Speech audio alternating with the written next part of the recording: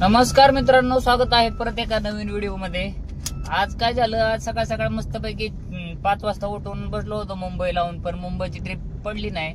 आणि 8 वाजता घरून फोन आला की आजोबांचं दुखत आहे आणि कोणीतरी सांगितले आजोबांना की बो खंडोबाला जाऊन ये एकदा, मग दुखायचं बरं होईल। म्हणून आता मग आजोबा म्हटले ये गावाकड, मग मी चाललोय गावाकड। गेलं बी पाहिजे, कसं आहे त्यांच्यामुळेच आपण गाडी घेतली, त्यांनाच फिरायसाठी गाडी नाही, मग महत्व नाही त्याला काय। त्याच्यामुळे आता चाललोय गावाकडे मस्तपैकी। आता रिटर्न कधी येईन काय सांगता यायचं नाही, का तर गावाकडे ह्या वेळेस जाताना पैसे बी आहेत सोबत आणि काही पण नाही, म्हणजे हप्ते वगैरेचं काही टेन्शन नाही। त्याच्यामुळे आता रिटर्न कधी येईन त्याचं काय सांगता नाही यायचं। तर आता वाजले तर 10:40 निघालोय मी नऱ्यातून। कंटिन्यू राहा व्हिडिओ मध्ये। तसं तर मी सगळ्यांना माझं गाव सांगितलेलंच आहे, पण जे लोक नवीन आहेत त्यांना मी परत माझं गाव सांगतो। मी आहे कर्जतचा, कर्जत अहमदनगर जिल्हा, तालुका कर्जत, आणि माझ्या गावाचं नाव आहे शिंदे। गावाचं नाव आहे हे, आडनाव नाही, शिंदे हे गावाचं नाव आहे। काही मनगड्या, पण गाडी चालवण्याचा खेवलंय फायदा होतो की बा आपला कोण मालक नसतो, म्हणजे पटापट निर्णय घेऊ शकतो आपण। आता मला 1 तासापूर्वी फोन आला की ये गावाकडे, लगेच इच्छा झाली की लगेच गावाकडे चाललो। तसं जर मी नोकरीला असतो किंवा कुठं कंपनीत गाडी लावली असती तर त्यांना अर्ज करा, मग तो अर्ज मंजूर होऊन येणार, म्हणजे ह्या सगळ्या गोष्टी लय असतात। त्या बाबतीत आपल्या ह्या कामाचा नाद नाही करायचा, स्वतःच्या मर्जीचा मालक असतो माणूस, जेव्हा मनाला वाटेल तेव्हा। म्हणजे असं आता तरी मी दिवसात चाललोय, मला जर रात्रीचं कधी असं वाटलं ना की मला लयच गावाकडची आठवण येते, मी नेमरातच निघतो, म्हणजे विचारायची कुणाला काय करायची गरज पडत नाही। हे लय फायदा आहे या गोष्टीचा, बरं आहे, चांगली गोष्ट आहे। आता बघू 3-4 वाजता तर जाऊ गावाकडे, काय दमादमाने जायचंय, आज काही विषय नाही एवढा। पण एक गोष्ट आहे की बाबा गाडीला म्युझिक सिस्टीम नाही। दरवेळेस मी गावाकडे जात असतो, गावाला गाडीला म्युझिक सिस्टीम असते, डान डान डान डान नुसतं गाणी वाजवीत धिंगाणा उडवून द्यायचं नुसता। पण ह्या वेळेस काहीच नाही, आता मोबाईलवरच गाणी वाजवीत जावं लागेल। पण चला,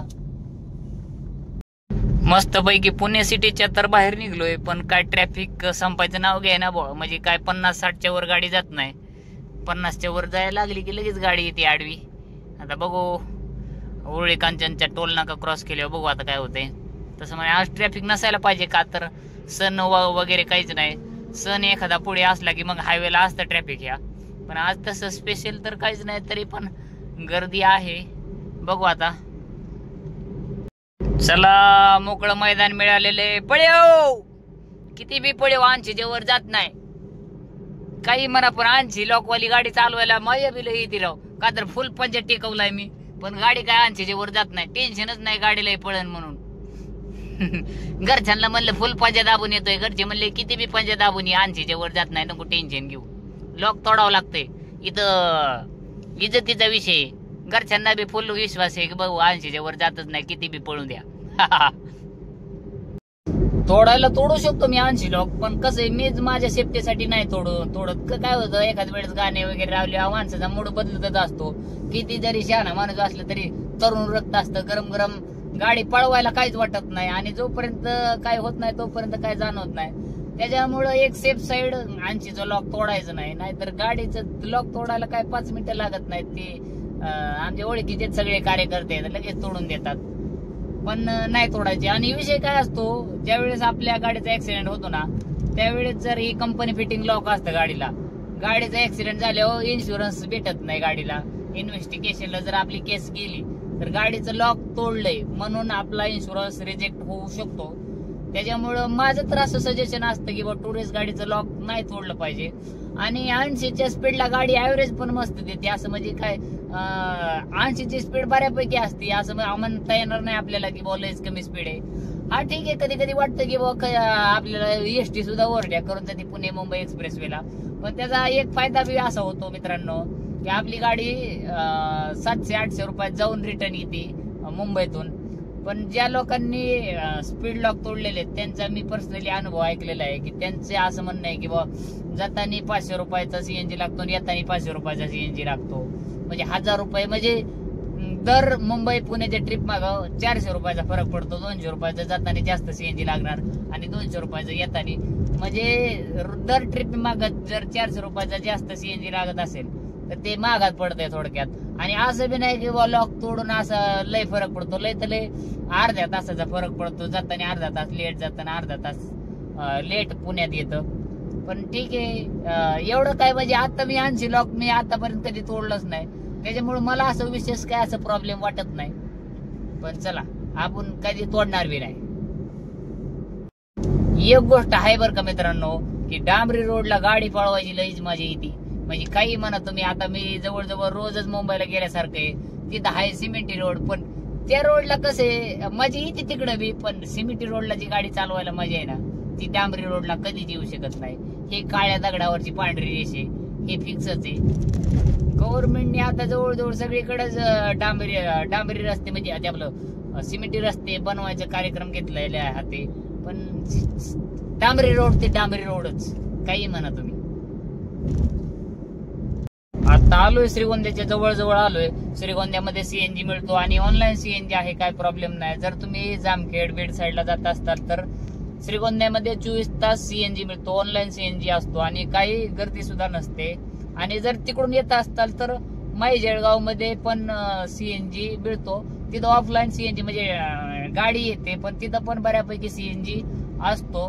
तुम्ही जर भारत पेट्रोलियमचा पंप आहे माई जळगाव मध्ये, जर तुम्ही थोडं सर्च केलं तर तुम्हाला सापडेल, किंवा तिथं चौकात कुणाला विचारा भारत पेट्रोलियमचा सीएनजी कुठे मिळतो, कुणी सांगत तुम्हाला. जर म्हणजे मिळतो, काही विषय नाही. आणि जर तुम्हाला हा टोल चुकायचा असेल किंवा दौंड श्रीगोंदा मार्गे यायचं नसेल, तुम्हाला डायरेक्ट जामखेडला जायचं असेल तर दौंड मधून तुम्ही सिद्धटेकून कर्जत आणि कर्जतून डायरेक्ट जामखेडला जाऊ शकता. तिकडून तुम्हाला टोल लागणार नाही. मी इकडून का आलो की मला श्रीगोंद्यामध्ये सीएनजी भरायचा होता आणि रोड पण चांगला आहे, काय विषय नाही. तसं तिकडून मी रोड चांगलाच आहे, पण इकडून मी नेहमी पहिल्यापासून आलेलो आहे. हा रोड जरा सवय लागलेली आहे ह्या रोडची, त्याच्यामुळे आता तिकडून जाऊ नाही वाटत. आणि बरं आहे आपलं इकडूनच सीएनजी भरायचा होता. नाही तर मग गावाकडे गेल्यावर पेट्रोलवर घरची गाडी फिरवतात. घरच्यांना म्हणलं ना गाडी फिरवू नका, म्हणतात का आमचीच गाडी आम्हालाच फिरवून देत नाही. आणि त्यांना कोणी सांगायचे बाबा पेट्रोलवर लई पेट्रोल जातं, सीएनजी फिरवल्यावर काय वाटत नाही.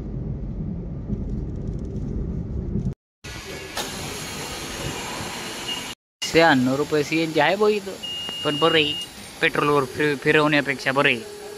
मस्त पैकी श्रीगोंद्यामध्ये सीएनजी भरला. तसं म्हणा श्रीगोंद्यामध्ये 3 पंप आहेत, कधीच गर्दी लागत नाही. श्रीगोंद्यामध्ये किती बी गाड्या येऊन द्या, ऑनलाईन तिन्ही बी पंप आहेत, त्याच्यामुळे काहीच अडचण नाही. आणि बरं आहे आपलं जाता येता सोपं आहे, आम्हाला काही अडचण येत नाही. ही आमची गाडी आणि हे आमचं घर.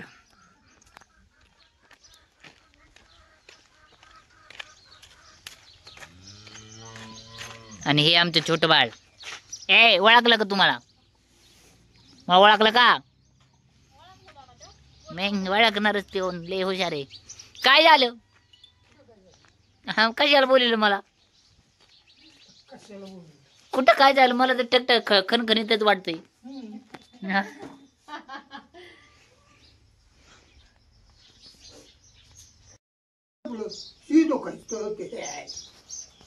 हल्लाच नाही वाटतं 7-8 दिवस जागेऊन.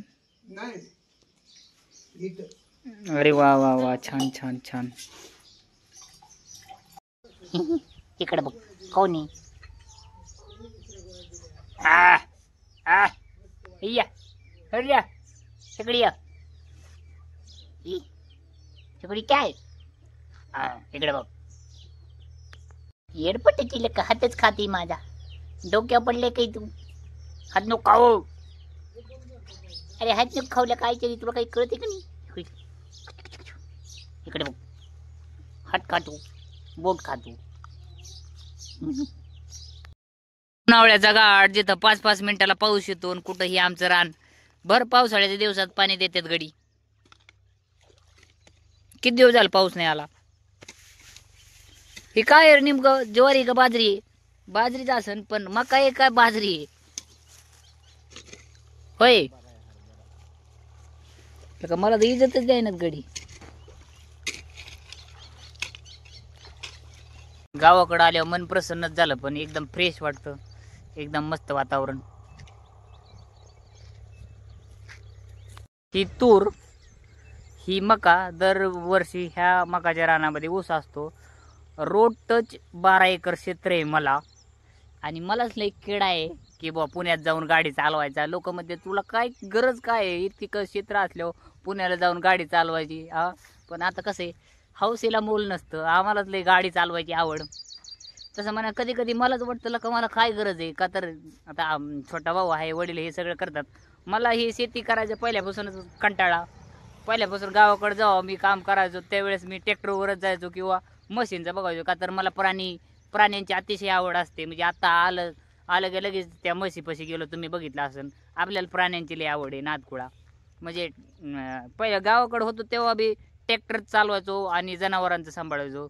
मला ही बार द्या आणि खतं टाका आणि खुरपणी करा हे जरा डोक्याच्या बाहेरचा विषय वाटतो. आता बरं वाटतंय जरा. पण आता ही शेती करायचं बी एवढं सोपं नसतं. करते हँडल करून द्यायचं आपलं बरं आहे. आपलं टाका गेअर काढा गेअर पडली ट्रिप कॅन्सल झाली, हेच बरं आहे आपलं. मित्रांनो आता आलोय बाजरी भरायला. मस्तपैकी आले की लगेच कामावर जोडलेलं गड्यांनी. हे बघा ही आमची बाजरी मस्तपैकी कसं वाटती. बाजरी भरायचं काम चालू आहे. पाऊस येण्याची शक्यता दाट आहे. आणलंय म्हणलं हा लागतं.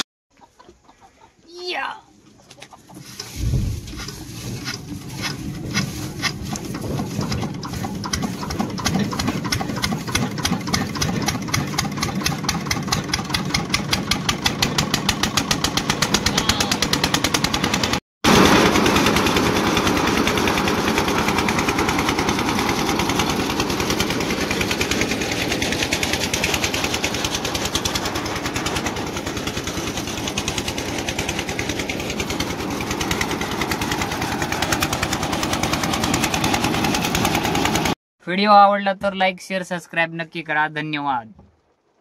आराम चालू आहे सध्या. गावकडे आलाय तरी गडी गाडी सोडी नाही. पाऊस येतोय त्याचा बाहेर थोडा थोडा. मज्जा आहे.